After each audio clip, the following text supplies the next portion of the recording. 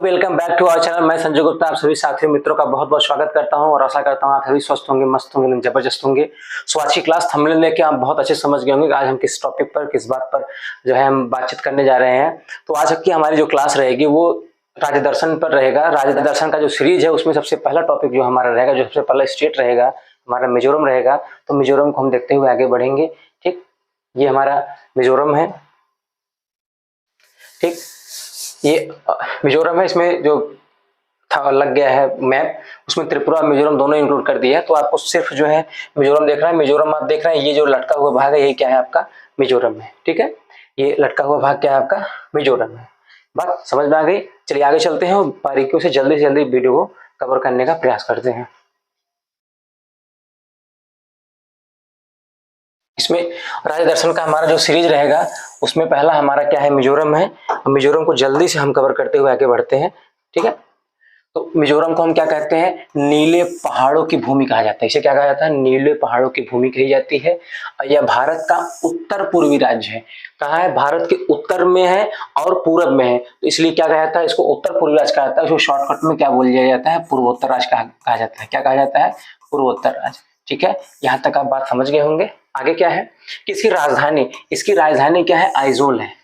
आइजोल इसकी जो है राजधानी है। और राजधानी होने के साथ साथ इसका देखिए यहाँ राज्य हो गया है। राजधानी होने के साथ साथ इसका सबसे बड़ा जिला भी है।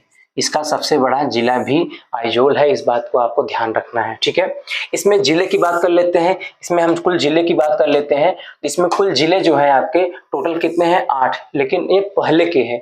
पहले कुल इसमें कुल कितने जिले थे, 8। जिसमें आइजोल है, कोलासिब आएगा, चंफाई आएगा, ममित आएगा, लुंगलेई आएगा, लंगतलाई, सैया, सिरछिप। ये 8 जिले आपके पहले थे। लेकिन अभी अगर वर्तमान समय की बात किया जाएगा तो इसमें कुल 11 जिले हो गए। कितने जिले हो गए, 11। 3 नए जिलों को इसमें जोड़ दिया गया है, जो कि अगर शैतुअल होगा, हताथियाल है और क्या है, शया। ठीक है, यहाँ तक बात समझ में आ गई आपको। अगर यहाँ के इसके टोटल पॉपुलेशन की बात किया जाए, इसकी टोटल जनसंख्या की बात किया जाएगा तो इसमें कुल कितने जनसंख्या है, इसका 10,97,206 इसकी जनसंख्या है। टोटल कितना, 10,97,206 इसकी टोटल जनसंख्या, टोटल पॉपुलेशन है। अगर यहाँ भी जनसंख्या घनत्व की बात कर ली जाए बच्चे, जनसंख्या घनत्व की बात कर ली जाए तो यहाँ पे 52 जो व्यक्ति हैं, 52 मतलब 52 व्यक्ति प्रति वर्ग किलोमीटर इसकी क्या है, जनसंख्या घनत्व है। यहाँ तक बात समझ में आ गई। चलिए आगे चलते हैं। आगे है, अगर इसके लिंगानुपात की बात कर लिया जाए, लिंगानुपात की कर लिया जाए तो 976 प्रति 1000 पर इसका क्या है, लिंगानुपात है। ठीक है, उसके बाद अगर यहाँ साक्षरता दर की बात कर लिया जाए बच्चे, साक्षरता दर की बात करी जाए, लिटरेसी की बात किया जाएगा तो 91.33% लोग यहाँ पर क्या है, साक्षर हैं। कितने हैं, 91.33। अब देखिए यहाँ पर जो है ज्यादा पढ़े लिखे लोग हैं, ज्यादा पढ़े लिखे। अच्छा एक चीज ध्यान देना आपको, जनसंख्या तो कम है यहाँ पे। यहाँ की जो भाषा होती है, यहाँ की भाषा 2 है। ये आगे आपको मैं बताऊंगा। एक यहाँ पे 2 भाषा बोली, एक मिजो बोली जाती है और दूसरी क्या बोली जाती है, अंग्रेजी बोली जाती है। क्या बोली जाती है, अंग्रेजी। तो आप यहाँ इससे याद रख सकते हैं कि भाई अंग्रेजी बोली जाती है तो वहाँ जाहिर सी बात है लोग पढ़े लिखे होंगे। अब इसका सेंस ये मैं नहीं कर रहा हूँ कि जो अंग्रेजी बोलते हैं वही पढ़े लिखे लोग होते हैं, हिंदी बोलने वाले नहीं होते। जैसे एक सेंस आप कॉमन सेंस याद करने का बता सकते हैं कि हाँ मतलब अंग्रेजी बोली जाती है तो यहाँ पे कुछ मतलब जो पढ़ने का दर होगा ज्यादा होगा। सिर्फ मैं सिर्फ याद करने के लिए बता रहा हूँ आपको, ऐसा नहीं है जो हिंदी बोलते हैं वो पढ़े लिखे नहीं है। ठीक है, ऐसा कोई मेरा कहने का इंटेंशन नहीं है। आगे चलते हैं, इसके क्षेत्रफल की बात करते हैं। क्षेत्रफल इसका जो है 21,081 प्रति वर्ग किलोमीटर इसका क्या है, क्षेत्रफल है। ठीक है, अगर यहाँ इसके उच्च न्यायालय की बात किया जाएगा तो वो कहाँ है, गुवाहाटी में है। गुवाहाटी में यहीं पे आइजोल, इसको ये आइजोल खंडपीठ भी यही है। अगर इसकी भाषा देखिए, यहाँ भाषा है, भाषा अगर इसका क्या क्या है, अंग्रेजी और मिजो है। 2 भाषा यहाँ चलती है, अंग्रेजी और मिजो। ऐसे राज्यपाल की इस समय जो प्रेजेंट टाइम में, करंट टाइम में इसके जो राज्यपाल हैं, अगर राज्यपाल की बात कर लिया जाए तो राज्यपाल कौन है, कंभमपति हरिबाबू। कौन है, कंभमपति हरिबाबू इसके राज्यपाल हैं। अगर मुख्यमंत्री की बात कर लिया जाए तो जोरमथंगा काफी टाइम से ये जो है यहाँ के मुख्यमंत्री हैं, सीएम है। जोरमथंगा यहाँ के जो है क्या है, मुख्यमंत्री हैं। ये MNF पार्टी के हैं, जिसकी हिंदी इसका फुल फॉर्म होता है मिजो नेशनल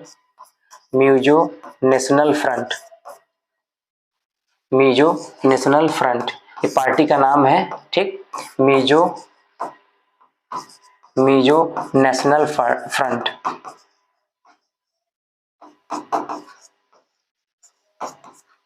ठीक, ये कौन से पार्टी के? MNF के, जिसका फुल फॉर्म क्या है? Mizo national front. चलिए आगे इसके विधानमंडल की बात कर लेते हैं। तो इसका विधानमंडल एक सदनी है। अब यहाँ पे एक सदनी क्या है? एक सदन, इस एक सदनी जो है विधानमंडल है। और यहाँ पे विधानसभा में कुल कितनी सीटें हैं? 40 सीटें। यहाँ पे सिर्फ विधानसभा, विधान परिषद नहीं है, यहाँ पे सिर्फ क्या है? विधानसभा। विधानसभा में कुल 40 सीटें हैं। अब देखिए 40 सीटें हैं, लेकिन फिर भी जो है इसमें विधानसभा है, इसको राज्य कहा जा रहा है। तो इसको जो है विशेष राज्य में रखा गया है, इसको विशेष दर्जा प्राप्त है, आगे जो है आपको मिलेगा। तो विधानसभा, इसमें विधान परिषद नहीं विधानसभा है। और विधानसभा में कुल कितने? 40 सीटें हैं। यहाँ पे अगर हम जब दो सदनी करेंगे, मतलब ऐसे कुछ राज्य हैं जिनमें 2 सदन है, मतलब विधानसभा भी है, विधान परिषद भी है। उसका जो है एक फार्मूला है, आप जानते रहिए। फार्मूला का एक ट्रिक है, टीबी उकाम। पहले टीबी जुकाम था, तो लेकिन जम्मू एंड कश्मीर को जो है यूनियन टेरिटरी में डाल दिया गया, तो जम्मू कश्मीर इसमें हट गया है। तो इसमें जो है आपका क्या आ जाएगा? तेलंगाना आ जाएगा, तेलंगाना आ जाएगा। और क्या आ जाएगा? बिहार आ जाएगा। चलिए हिंदी इंग्लिश मिक्स हो जा रहा है। ठीक, तेलंगाना,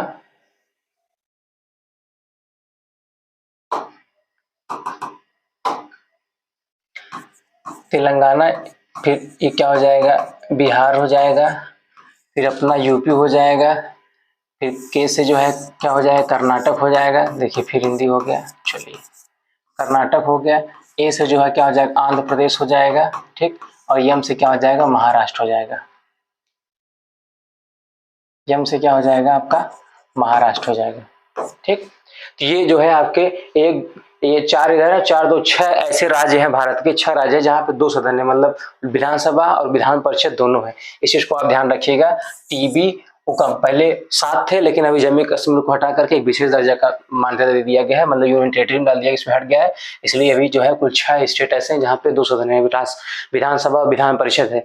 ठीक, तो इसमें सिर्फ एक सदन है, विधानसभा है। विधानसभा में कुल कितनी सीटें हैं? 40 सीटें हैं। और यहाँ अगर राज्यसभा की सीटें की बात की जाए, सिर्फ एक राज्यसभा है और एक क्या है? एक सीट क्या है आपकी? लोकसभा की है। ठीक है, यहाँ तक बात समझ में आ गई होगी। चलते हैं आगे, देखते हैं आगे क्या है।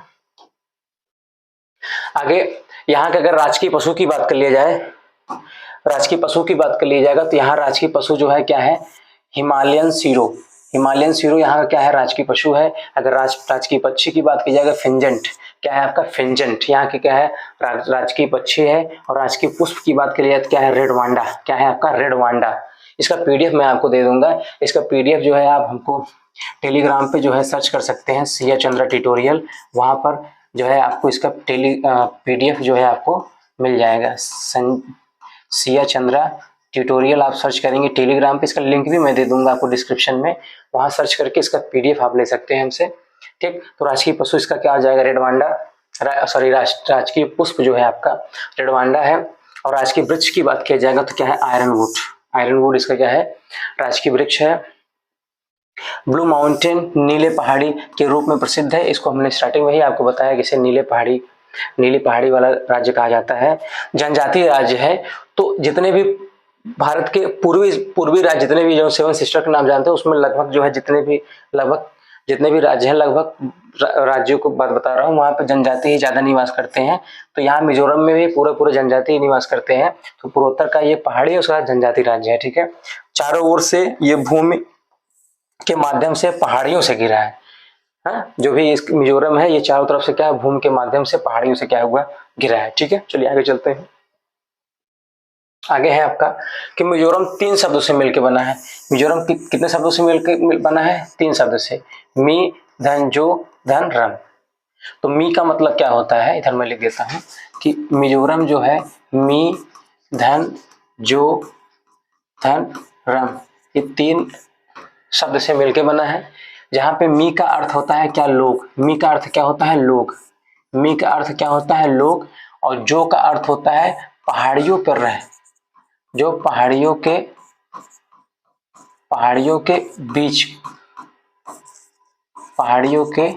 बीच।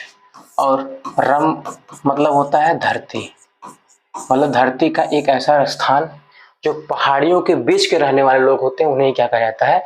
मिजोरम कहा जाता है।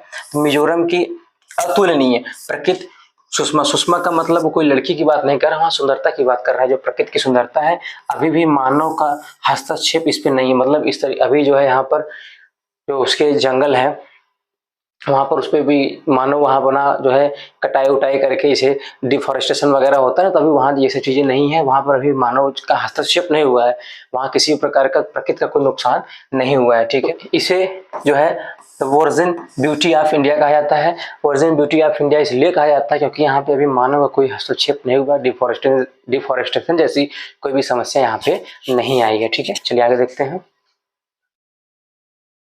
आगे है, अगर हम मिजोरम के इतिहास के बारे में जाने, मिजोरम के इतिहास के बारे में जानते हैं कि मिजोरम का इतिहास कैसा होता है, इसका इतिहास कैसा है। तो ये मंगोलियाड प्रजाति से निकली हुई जनजातियां हैं। सबसे पहले आप जान लीजिए कि यह मंगोलियाड प्रजाति से निकली हुई है। मंगोलियाड मतलब वही समझ लीजिए आप, म्यांमार और चीन से लगे हुए यहाँ से आई हुई जनजातियां थी। और अब देखेंगे ज्यादा से ज्यादा लोग यहाँ के, जब मिजोरम के लोग की बात करेंगे तो मिजोरम के लोग ज्यादा से ज्यादा देखेंगे तो आपको चीन के जैसे ही देखने को मिलेंगे, क्योंकि इनकी प्रजातियां वहीं से आई हुई।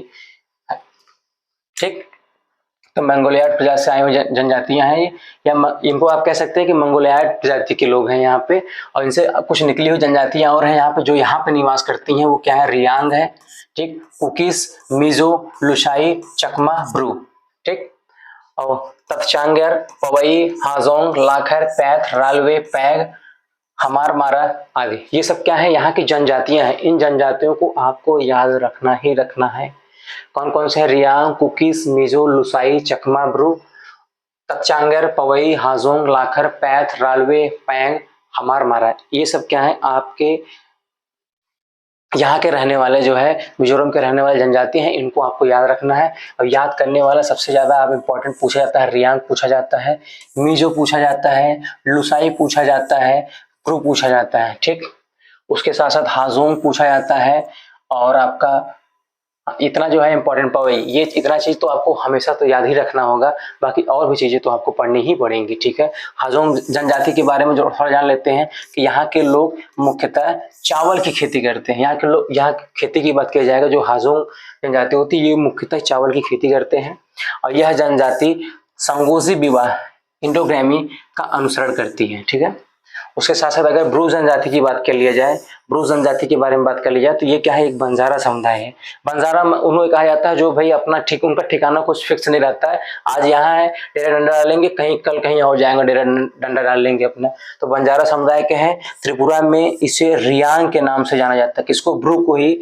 ब्रू, यहाँ पर ब्रू बोल रहे हैं लेकिन इन्हीं जनजातियों को, ब्रू को ही त्रिपुरा में किसके नाम से जाना जाता है, रियांग के नाम से जाना जाता है। ठीक है, और त्रिपुरा जनजाति के बाद रियास, त्रिपुरा, देखिए निपुरा हो गया है, ये त्रिपुरा है। त्रिपुरा की सबसे बड़ी जनजाति है। ठीक है, मतलब रियांग के बाद, रियांग त्रिपुरा की सबसे बड़ी जनजाति भी है, उसके बाद रियाज जो है त्रिपुरा की सबसे बड़ी क्या है, त्रिपुरा के बारे में खैर हम अगले वीडियो में देखेंगे। ठीक, चलिए अब मिजोरम के इतिहास में ही देखते हैं।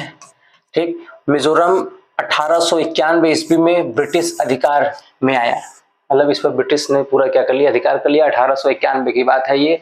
और इसका उत्तरी भाग असम में और इसका दक्षिणी भाग बंगाल के अधीन रहा। ठीक है, देखिए होंगे जब मैप बना होगा, मैप में देखेंगे नीचे जो है ऐसे लटका हुआ, आपको शुरुआत में बताया ना, तो इसका जो उत्तरी भाग है वो असम के अंतर्गत कर दिया गया, और इसका जो दक्षिणी भाग है वो किसके, वेस्ट बंगाल के अंतर्गत कर दिया गया, इसको जो है असम के अंतर्गत कर दिया गया। ठीक है, उसके बाद जो है सन 1898 ईस्वी में दोनों भागों को मिला करके, फिर कुछ समय, ये 1891 की बात है, फिर 1898 में दोनों भाग को मिला करके लुसाई हिल्स नामक जिले का गठन किया गया।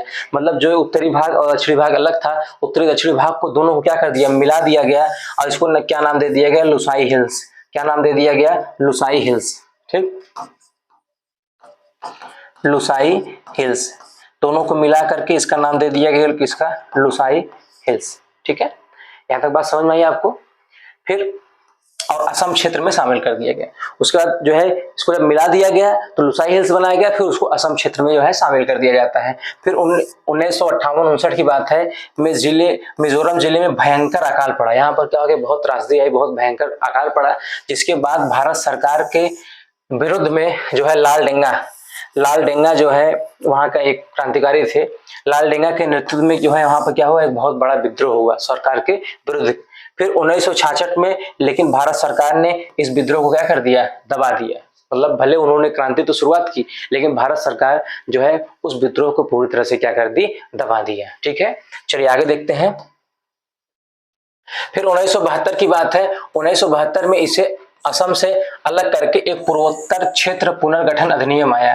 कौन आया, पूर्वोत्तर क्षेत्र पुनर्गठन अधिनियम के तहत इसे जो है केंद्र शासित बना दिया गया। अभी पहले की बात है, ये कब की बात है, 1972 की बात है। 1972 में जो है इसे पूर्वोत्तर क्षेत्र पुनर्गठन अधिनियम के तहत एक केंद्र शासित प्रदेश बनाया गया, लेकिन अभी ये पूर्ण राज्य है, ये केंद्र शासित प्रदेश नहीं है आपका। फिर 1986 की बात आ जाएगा तो भारत सरकार व मिजो नेशनल फ्रंट, आपको स्टार्टिंग में बताया ना कि जो जोरमथंगा है इसी पार्टी से जो है वो सीएम है, यहाँ मुख्यमंत्री है। मिजो नेशनल फ्रंट के मध्य क्या हुआ, एक समझौता हुआ और अंततः 20 फरवरी, ध्यान दीजिएगा, डेट याद रखिएगा, 20 फरवरी 1987 को मिजोरम जो है भारत देश का 23वां राज्य जो है इसको बना दिया गया। यहां तक बात समझ में आ गई होगी आपको। ठीक है, चलिए आगे चलते हैं, देखते हैं आगे क्या है। फिर मिजोरम की राजनीति की बात कर लिया जाए, मिजोरम की राजनीति की बात कर लिया जाता है तो 1958 और 60 में, ठीक, अकाल के दौरान जो है भारत सरकार की सहायता न पहुंच, भाई जब अकाल पड़ा तो वहां भारत सरकार ने वहां पे कोई हेल्प मदद नहीं पहुंचाया, तो यहाँ के जो नेता थे, नेता वही लाल डेंगा जी, लाल डेंगा ने स्थानीय लोगों को सरकार के विरुद्ध खड़ा कर दिया। वहां अपना भाई नेतृत्व किए और लोगों को सरकार के विरुद्ध उन्होंने खड़ा कर दिया और एक जो है तीव्र उग्रवादी अभियान चलाया और उस अभियान का नाम है ऑपरेशन जेरिचो। हमेशा आप ये क्वेश्चन याद रखिएगा, इंपॉर्टेंट है आपके लिए कि ऑपरेशन जेरिचो जो है कहाँ के लोग चलाए थे, तो मिजोरम के जो जनजाति लोग थे उन्होंने चलाया था, सरकार के विरुद्ध चलाया था, क्योंकि उस समय मिजोरम में एक भारी अकाल पड़ा था और उसका नेतृत्व किसने किया था, लाल डेंगा ने किया था। किसने किया था, लाल डेंगा ने किया था। ठीक है, चलिए आगे है। उन्होंने जो है लाल डेंगा ने नेतृत्व किया और सरकार का खुलकर विरोध भी किया, लेकिन वो अपने मंसूबों में क्या है, नाकामयाब रहा और 1968 में जो है वो क्या कर देता है, आत्मसमर्पण कर देते हैं। लाल डेंगा जो है क्या कर देता है, अपना आत्मसमर्पण कर देते हैं। फिर मिजोरम का संविधान जो है, मिजोरम का संविधान किस आर्टिकल में है, तो ये भाग 21 में है और आर्टिकल 371(6) में जो है एक विशेष दर्जा प्राप्त है। हमने आपको पहले ही बताया कि जो है आर्टिकल 21 के भाग 21 के आर्टिकल 371(6) में जो है इसको विशेष दर्जा प्राप्त है। इसके प्रमुख राजनीतिक पार्टी का इसमें नाम क्या है, मिजो नेशनल फ्रंट। ठीक है, यहाँ लगभग एक पार्टी है, यही जो है हमेशा सत्ता में रहती है। यहाँ विधानसभा पहले बताएं 40 सीटें हैं, राज्यसभा की 1 सीटें हैं और लोकसभा की यहाँ कुल कितनी सीटें हैं, 1 सीटें हैं। ठीक है, यहाँ तक बात समझ में आपको। आगे यहाँ में कुछ इंपॉर्टेंट पॉइंट को देख लेते हैं हम कि पहले यहाँ उपराज्यपाल का क्या नाम था, 1972 में बने थे एसपी मुखर्जी थे, और पहले यहाँ राज्यपाल जो 1987 में बने थे हितेश्वर शेफिया जी थे। कौन से थे, हितेश्वर शेफिया। और पहले सीएम जो 1972 में बने थे सी छुंगा बने थे। कौन बने थे, सी छुंगा। ठीक है, और पूर्ण राज्य बनने के बाद जो है सीएम बने थे 1987 में लाल डेंगा। तो लाल डेंगा मिजोरम का पहला ऐसा मुख्यमंत्री था जब जो है केंद्र शासित प्रदेश से हटा करके मिजोरम को एक पूर्ण राज्य का दर्जा दिया गया था। और सबसे ज्यादा समय तक जो है सीएम रहे थे ललथनवाला। कौन है, ललथनवाला। ये बहुत इंपॉर्टेंट है, आप जानते भी होंगे, ये क्वेश्चन बहुत पूछा जाता है, ललथनवाला। तो मिजोरम के सबसे ज्यादा समय तक सीएम रहने वाले कौन है, ललथनवाला। ठीक है, आगे चलते हैं, लाल डेंगा के बारे में कुछ जान लेते हैं। ठीक है, लाल डेंगा, तो लाल डेंगा का जन्म जो है 11 जुलाई 1927 को हुआ था। ठीक, लाल डेंगा का जन्म कब हुआ था, 11 जुलाई 1987 को इसका जन्म हुआ था। 1944 में इन्होंने ब्रिटिश सेना में शामिल हुआ। ये 1944 में जो है ब्रिटिश सेना में शामिल हो गए थे। यहाँ फिगर लगा है लाल डेंगा साहब का, आप देख लीजिए अच्छे से, यही है, देखिए चाइनीज टाइप के लग रहे हैं नहीं, क्योंकि मंगोलॉयड प्रजाति के हैं इसलिए इनका जो है ऐसा, इनका ऐसा जो है। ठीक, आगे बात कर लेते हैं। 1958-60 में मिजोरम में जो है मौतम नामक अकाल, मतलब एक अकाल पड़ा था, इसका नाम इन लोगों ने दे दिया था मौतम। मौतम मतलब मातम ही, आप ऐसा समझ लीजिए मौतम, लेकिन मौतम ही देखने को मिलता है, कहीं कहीं मातम भी लिखा रहेगा तो आप उससे कंफ्यूज नहीं होंगे। तो मौतम नाम को उस समय अकाल पड़ा था और उन्होंने नाम उन लोगों ने उस जो है अकाल का नाम मौतम दे दिया था। नेशनल फेमाइन फ्रंट की गठन भी किया था इसने, ठीक। जो 1958 और 60 में अकाल के समय का जो विद्रोह किया था इन्होंने, उसका नाम जो है मौतम दिया था। और इन्होंने नेशनल फेमाइन फ्रंट की जो है क्या किया, गठन किया था, पार्टी बनाई थी। और 1960 में मिजो नेशनल आर्मी का गठन भी किया था। जैसे सुभाष चंद्र बोस ने जो है आजाद हिंद फौज बनाया था, वैसे इन्होंने अपना जो है 1960 में मिजो नेशनल आर्मी का क्या गठन किया था। और इसने ऑपरेशन जेरचो का नेतृत्व किया था। हमने आपको पहले बताया कि ऑपरेशन जेरचो चला गया था, ठीक है, सरकार के विरुद्ध, जब वहां पे मिजोरम में भारी अकाल पड़ा था, ठीक है। आगे है 1965 में ये क्या कर दिए, एक अलग देश की मांग बना ली है छोटा आदमी। ये अलग देश, इनको नहीं पता है कि आर्टिकल 1 हमारा क्या कहता है, भारत राज्यों का संघ है, अर्थात जो है भारत के कोई भी राज्य एक अलग देश नहीं बना सकता। लेकिन ये 1965 में भाई साहब क्या करने लगे कि इनको एक अलग राज्य बनाने की खुजली होने लगी। 1956 में मिजोरम छोड़कर ये पूर्वी पाकिस्तान भागे, ठीक है। वैसे भी जितने भगोड़े होते हैं वो पाकिस्तान ही जाके शरण लेते हैं। 1971 में ये म्यांमार और चीन से भी मदद लिया, बाप रे बाप, ये म्यांमार भी गए, वहां चीन से भी मदद लेते हैं। 1987 में जो है राज्य का प्रथम सीएम बनाए गए। फिर 1987 में ये जो है मिजोरम राज्य के पहले सीएम मुख्यमंत्री बनाए गए। और 7 जुलाई 1990 में लंदन में इनकी क्या हो जाती है, मौत हो जाती है, इनकी क्या हो जाती है, डेथ हो जाती है, ठीक है। यहाँ तक आप समझ गए, चलते हैं आगे, चलते हैं आगे। है मिजोरम के जियोग्राफी, भूगोल के बारे में देख लेते हैं इसका, कि मिजोरम का जियोग्राफी क्या है। राज्य का जलवायु जो है उष्णकटिबंधीय है, क्या है आपका, उष्णकटिबंधीय है, तथा क्या है ये उपोष्णकटिबंधीय है। आपको पता है कि भारत में जो कर्क रेखा है वो क्या होती है, 7 राज्यों से होकर गुजरती है, 7 राज्यों से होकर गुजरती है।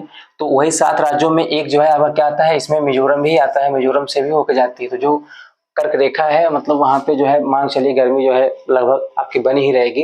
तो उष्णकटिबंधीय तथा उपोष्णकटिबंधीय दोनों यहाँ की क्या है, यहाँ का जलवायु है, ठीक है। घने जंगल व समृद्ध जैव विविधता। अब देखिए जब यहाँ पे गर्मी पड़ेगी तो जाहिर सी बात है यहाँ वाष्पन ज्यादा होगा, वाष्पन ज्यादा होगा तो रिजल्ट होगा बारिश भी खूब होगी। जब बारिश भी खूब होगी तो यहाँ पे जंगल भी खूब अच्छे से पाए जाएंगे। तो यहाँ घने जंगल समृद्ध जैव विविधता मतलब जो है हाई बायोडाइवर्सिटी पाई जाती है, ठीक है। और कई प्रकार के यहाँ आर्किड जो है वनस्पतियां भी पाई जाती हैं। और यहाँ पर जो है इनकी जितना क्षेत्र है वहां पर लगभग 86% पर जो है क्या पाया जाता है, जंगल ही पाया जाता है, ठीक है। लगभग 84.53% सर्वाधिक वन क्षेत्रफल घनत्व वाला राज्य जो है ये आपका 84.53% सर्वाधिक वन क्षेत्रफल घनत्व वाला जो है ये राज्य है कौन, मिजोरम। और इसमें जो है सर्वाधिक वन क्षेत्र वाला जो है कौन है, आपके मध्य प्रदेश है। देखिए सर्वाधिक वन क्षेत्र की बात करेगा तो मध्य प्रदेश होगा। और अगर सर्वाधिक वन क्षेत्रफल घनत्व की बात करेगा, देखिए यहाँ घनत्व की ऐड किया है तो घनत्व आ जाएगा तो मिजोरम आ जाएगा। और सिर्फ अगर सर्वाधिक वन क्षेत्र की बात करेगा तब कौन हो जाएगा, आपका एमपी हो जाएगा, मध्य प्रदेश हो जाएगा। यहाँ 80% के लोग लगभग किस पे क्या करते हैं, कि कृषि करते हैं। और खेती कृषि का जो मुख्य प्रणाली बनाते हैं लोग, जो सिस्टम बनाए हैं वो झूम खेती करते हैं या स्थानांतरित खेती करते हैं, ठीक है। स्थानांतरित क्या करते हैं, खेती करते हैं। झूम खेती है, आपको बताया ना कि वो एक जगह काम कर, एक जगह फसल बोएंगे फिर वहां से काट लेंगे फिर जाकर दूसरी जगह जो है खेती करते हैं। आगे यहाँ कुछ इसके प्रमुख मुख्य खाद्यान्न फसलों की बात कर ली जाए, ठीक। तो इसके प्रमुख फसल कौन कौन से, मक्का है, दलहन है, मिर्च है, तिलहन है, गन्ना है, अदरक है, तंबाकू है, ठीक, हल्दी है, फल है और सब्जियां यहाँ पे मेनली रूप से यहाँ पे उगाई जाती हैं।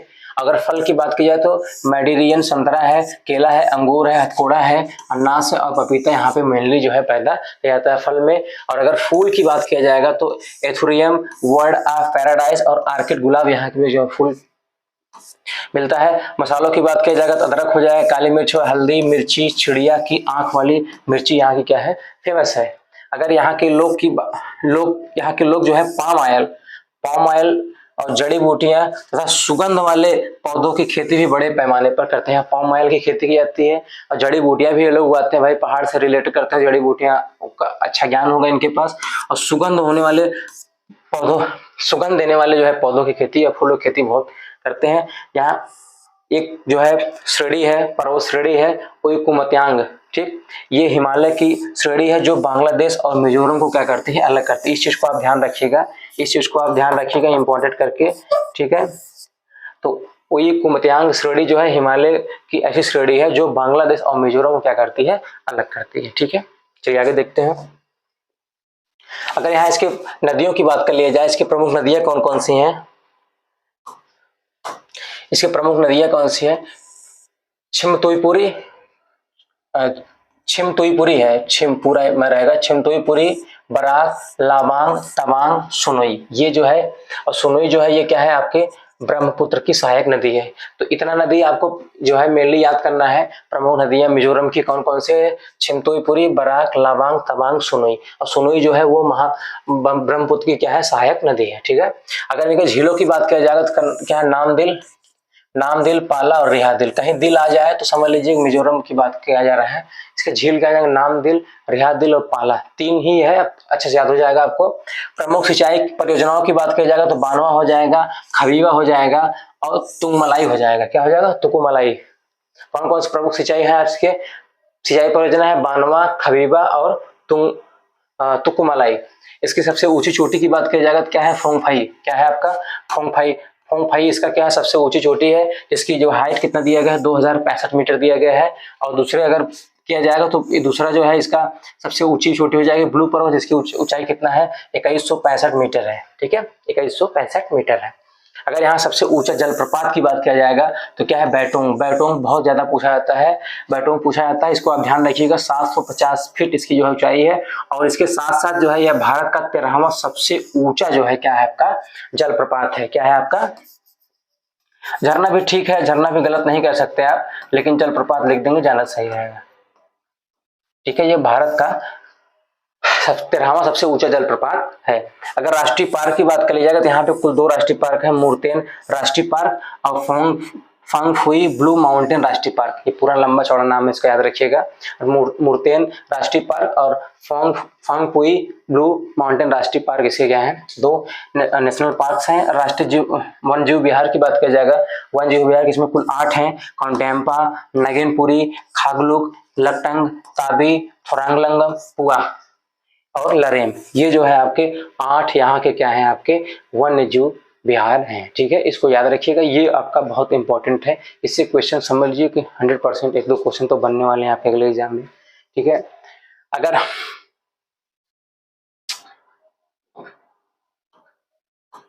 चलिए, आइजोल चिड़िया जो है, आइजोल के चिड़ियाघर में एक दुर्लभ पक्षी पाई जाती है जिसको क्या बोलते हैं, वाऊ जो है, ठीक। इसको ये भी बोला जाता है हिम्स वॉरटेल हेजेंट भी बोला जाता है, ठीक है। और ये सिर्फ यहीं पाया जाता है। एकमात्र हवाई अड्डा यहाँ पर है सिर्फ लेंगपुई राज, यह क्या नाम है, लेंगपुई राज, ठीक है। और राजधानी यहाँ आइजोल को जोड़ने वाला एक जो है नेशनल हाईवे भी है, जिसको क्या, उसका नाम क्या है, NH6। क्या है आपका, NH6। अगर यहाँ संस्कृति की बात कर ली जाए तो मिजोरम की संस्कृति पश्चिम और पूर्व का संगम है। पश्चिम भारत और पूर्व भारत का क्या है, संगम है। मिजो लोग मूलतः किसान है। मिजो लोग जो होते क्या होते हैं, कृषि उनका क्या है, मूल आधार है, मुख्यतः वो क्या खेती करते हैं।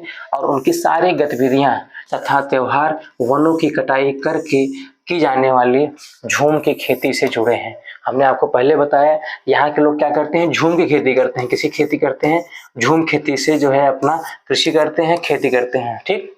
और झूम खेती क्या करते हैं, वनों को काटेंगे और वहां पर जो है अपना जो भी खेती करने रहे खेती करेंगे। और उन्हीं जो भी इनका त्योहार रहता है वही खेती, जब कोई फसल काटेंगे तब वो लोग एक त्योहार मनाते हैं। और इसे एक यहाँ पर एक इम्पोर्टेंट पॉइंट नोट करिएगा आप कि त्योहार के लिए यहाँ पे मिजोरम में एक शब्द है कुट। अगर कहीं भी कुट लगा है समझ जाइए वो मिजोरम का ही क्या है, आपका त्योहार की बात कही जा रही है, ठीक है। चलिए आगे चलते हैं। यहाँ कुछ प्रमुख त्योहार की बात कर लेते हैं हम। देखिए पालकुट लगा है, कुट पालकुट, ये फसल कटाई के लिए त्योहार मनाया जाता है। चपचार कुट, भीमकुट, चेरा, ये क्या है, नृत्य है। ये क्या है आपका, लोक नृत्य है। क्या है आपका, लोक नृत्य है। मिमकुट, थाल फमांगकुट। अब खुआलम क्या है, खुआलम एक ऐसा त्योहार होता है जब कोई उनके यहाँ मेहमान आता है तब वो लोग जो है इसको मनाते हैं। इस चीज को आप एकदम अच्छे से याद रखिएगा, ठीक है। अगला है आपका कुछ नृत्य की बात कर लेते हैं। यहाँ पे नृत्य की बात करेंगे तो यहाँ चिराट नृत्य होता है जिसको चिराव भी कहा जाता है, और बास नृत्य होता है यहाँ पे, और अतिथि नृत्य होता है। ठीक है, और एक यहाँ पे दिहलम होता है जो चावल की बियर नृत्य माना जाता है, और चोंगलाइसेन नृत्य होता है जो पुआन पुआन नामक वहां पर जो है क्या है, एक पारंपरिक शॉल है, पारंपरिक शॉल जिसको पुआन कहा जाता है, वही पुआन ओढ़ करके ये लोग क्या करते हैं, नृत्य करते हैं। ठीक है, अगला है सोल्केन नृत्य, सोल्के और चैलम। ठीक है, इन चीज को जो है आपको याद करना पड़ेगा, 2-3 बार 4 बार आप इसको देखेंगे अच्छे से आपको याद हो जाएगा। संगीत आधारित भी नृत्य होते हैं क्योंकि ये लोग संगीत के बड़े प्रेमी होते हैं, जो लोग डायरेक्ट प्रकृति के टच में है यहाँ पे संस्कृत, और ये लोग जो है संगीत के बड़े प्रेमी होते हैं, संगीत के बड़े आशिक होते हैं। और अपने यहाँ क्या है, हम लोग कौन सा संगीत सुनते हैं, गजब गजब के आशा गाने हैं, कोई भी नॉर्मल लाइन भी रहेगा उसका भी गाना बना देंगे, पेन उठाया, घड़ी लगाया, फिर खाना खाया, चल दिया बाजार, सब्जी लाया, सब्जी ला के फिर घर पे बैठा, यही सब हो गया, गाना बन गया। लेकिन इन लोग भाई अलग ही संस्कृति है, इनका अलग ही संगीत है। यहाँ पे पार्लैम डांस किया जाता है जो कि महिला नृत्य होता है, यहाँ पे सिर्फ महिलाएं उसमें डांस करती हैं। और जंगलटम है जो युगल नृत्य होता है, यहाँ पे जोड़े बना के जो है डांस करते हैं ये लोग। तेलंगम नृत्य है, ये युगल नृत्य, ये भी युगल नृत्य है। उसके बाद सांवलिया युद्ध नृत्य होता है, युद्ध जैसे वहाँ पे कहते हैं युद्ध हो रहा है, युद्ध करते करते वो लोग जो है अपना ये डांस करते हैं संगीत गा गा के। और सरलाम काई जो है ये क्या है, एक सैनिक नृत्य है। ठीक है, यहाँ तक बात समझ में आ गई, चलिए आगे चलते हैं। जो है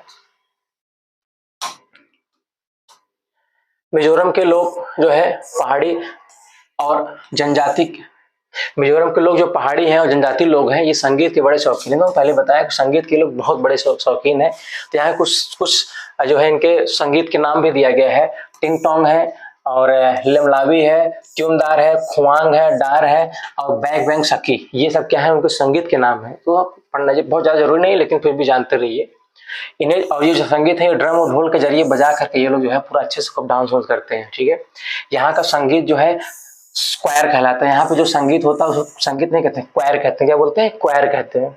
यहाँ के प्रसिद्ध खान पान में लोग क्या क्या, अभी देखिए खान पीन में लोग क्या क्या यूज करते हैं, कोल पीठा यूज करते हैं, मीसा माछ गरीब पाचन फोरन, इतना बड़ा नाम है, बाप रे बाप।